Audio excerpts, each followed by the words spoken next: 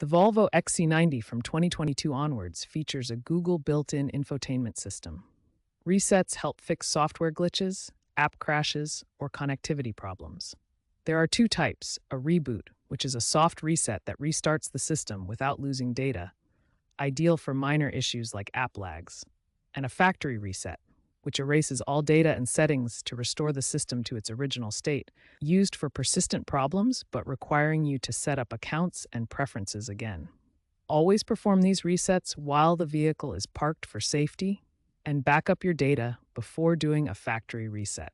To perform a soft reboot, press and hold the infotainment screen's power button for 10 seconds until it shuts down. Wait 30 seconds, then press the power button again to restart.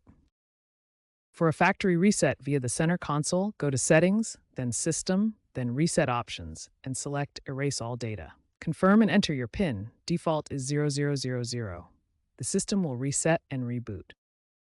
Volvo also offers a remote factory reset option via the Volvo Cars app under Vehicle, then Infotainment, then Factory Reset. This requires a Wi-Fi connection. After any reset, reinstall apps and sync your data.